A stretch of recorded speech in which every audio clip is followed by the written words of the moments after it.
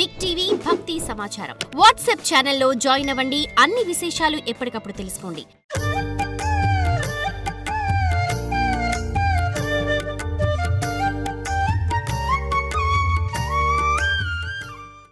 శివుడు గంగను పిలిచి గౌరీ తపస్సును పరీక్షించరమన్నాడు. నువ్వు వెళ్ళి పరీక్షించుకునిరా ఎట్లా చేస్తున్నదో. గంగా మహాప్రళయ రూపిణిగా కాంచీనగరం మీదకు దూకింది. గంగ దూకింది.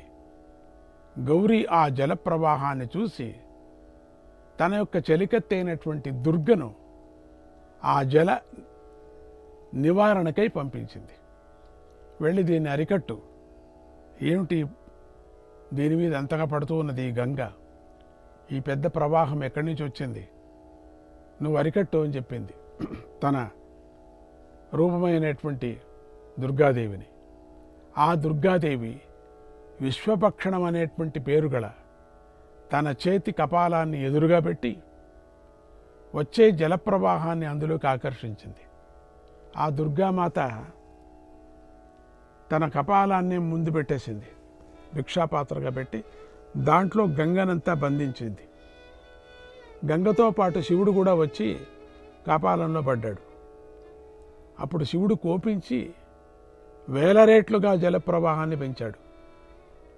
ఆ ప్రవాహాన్ని ఆ కపాలం ఆపలేకపోయింది, ఎక్కువ వచ్చేసింది. అది చూసి గౌరీ భయపడి తన సోదరుడైన విష్ణువుని ప్రార్థించింది. విష్ణువు వచ్చి శివుడే నాకు గతి అని గట్టిగా ధ్యానిస్తూ శివలింగాన్ని కౌగిలించుకో, ఆయనే నిన్ను రక్షిస్తాడు అని చెప్పాడు. చూడు, మేమంతా ప్రార్థన చేయటం కాదు, నువ్వే ప్రార్థన చేయి. ప్రార్థన చేస్తూ చేస్తూ ఆ శివలింగాన్ని గట్టిగా కౌగిలించుకో. అప్పుడు పార్వతి భయంతో గట్టిగా ఆ శివలింగాన్ని ఒక్కపారి గట్టిగా కౌగిలించటం వల్ల ఆ శివలింగం మీద ఆమె కంఠాభరణాల నొక్కులు పడ్డాయి. శివుడు ఆ స్పర్శకు పులకించి ప్రత్యక్షమై గంగను ఆపి పార్వతిని దగ్గరకు తీసుకున్నాడు. ఆ గుర్తులు ఈనాటికి ఆ లింగంపై ఉన్నాయి. ఇప్పుడు కూడా చూడొచ్చు, ఆభరణంలాగానే ఉంటుంది లింగం. తాను కౌగిలించుకుంది ఆ ఆభరణాలు, అమ్మవారి యొక్క గౌరీ ఆ ఆభరణాలు ధరించిన ఆభరణాలంతా శివలింగం మీద పడింది. పడుతూనే ఆ శివలింగానికి పూర్తిగా ఆభరణాలు గుర్తు అట్లానే ఉండిపోయాయని చెప్తారు. ఇప్పటికి కూడా ఉన్నాయి. శివం భజే భవం భజే మమ ప్రతి జన్మని ధవం భజే. శివం భజే భవం భజే మమ ప్రతి జన్మని ధవం భజే. శివం భజే భవం భజే మమ ప్రతి జన్మని ధవం భజే.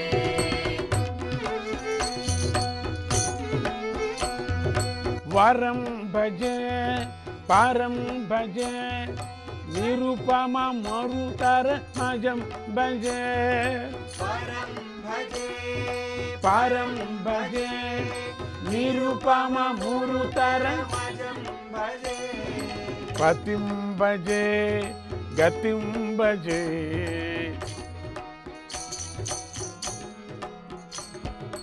పతిం భజే గతిం భజే శృతినుత మతి మతి మగం భజే. పతిం భజే గతిం భజే శ్రీయుత మతి మతి మహం భజే.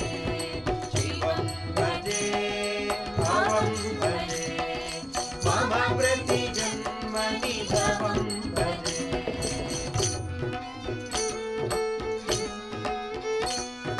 స్వనిమిష కల్పిత లయం భజే. స్వనిమిష కల్పిత లయం భజే. సంతత కరుణ లయం భజే.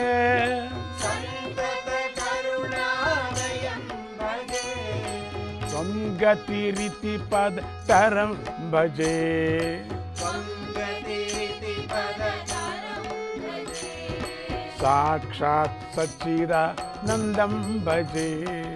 సాక్షాత్ సచ్చిదానందం భజే. శివం భజే భవం భజే మమ ప్రతి జన్మని దవం భజే శివం భజే భవం భజే మమ ప్రతి జన్మని భవం భజే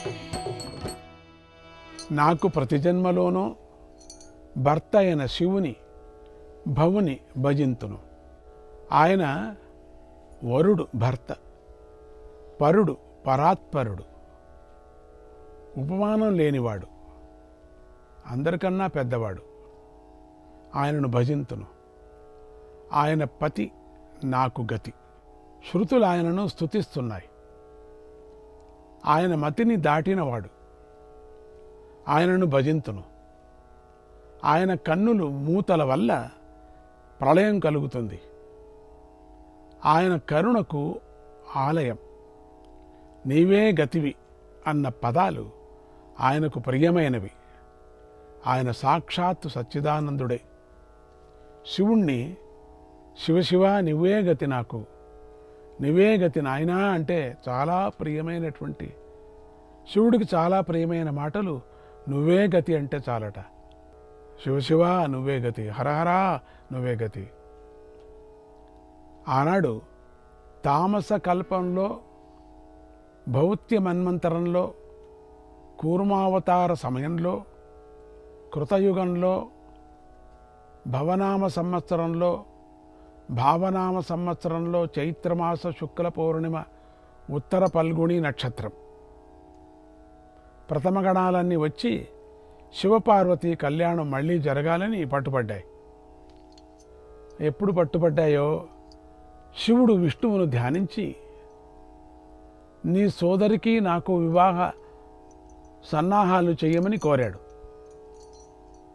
బ్రహ్మదేవుడు బ్రహ్మగా నిలబడగా విష్ణువు కాత్యాయనిని శివునకు కన్యాదానం చేశాడు.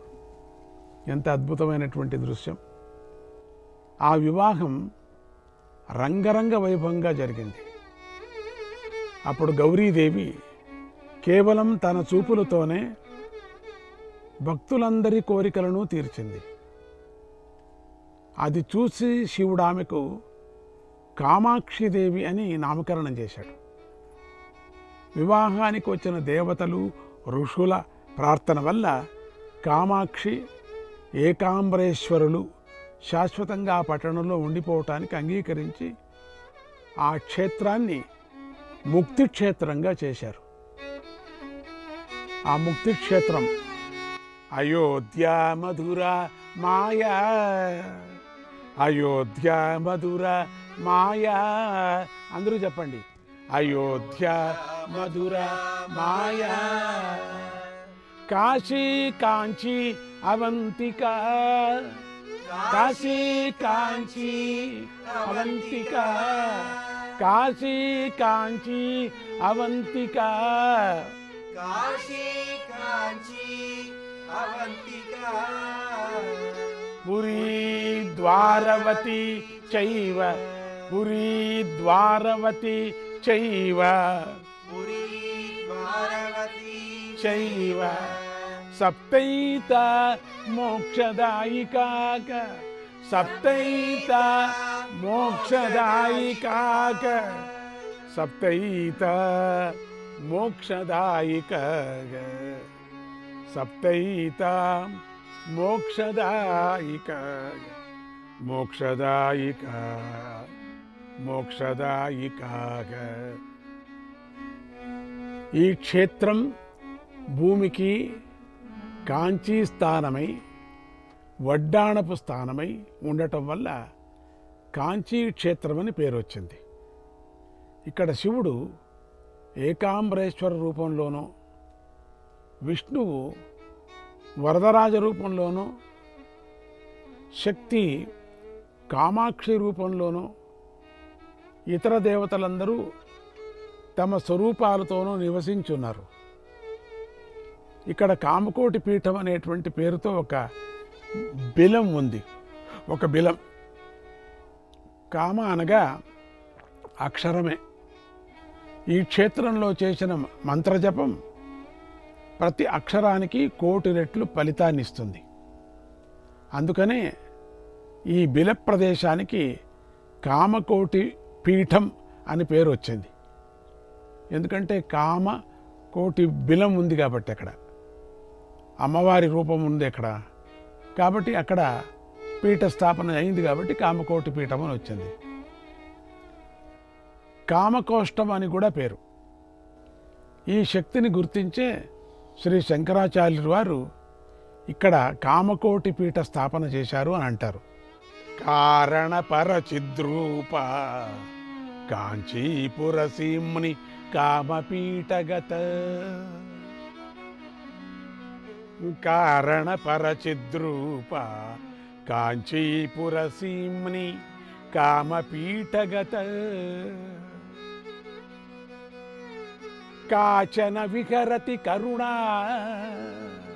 కాచన విహరతి కరుణా కాశ్మీరస్తబక కోమలాంగలత. కాశ్మీరస్తబక కోమలాంగలత, కోమలాంగలత. మూక పంచతి. యయోహో యయోహో పీఠాయంతే విభద మకుటీనాం పటలికాక. విభుద మకుటీనాం పటలికాక. యయో సౌదాయంతే స్వయముదయ బాయగ పణితయః. యయోర్ధా సాయంతే సరసిజ భవాద్యా శరణయోగో. తయోర్మే కామాక్ష్య దినమను వరీవర్తు హృదయం. దినమను వరీవర్తు హృదయం. మూక పంచసతి.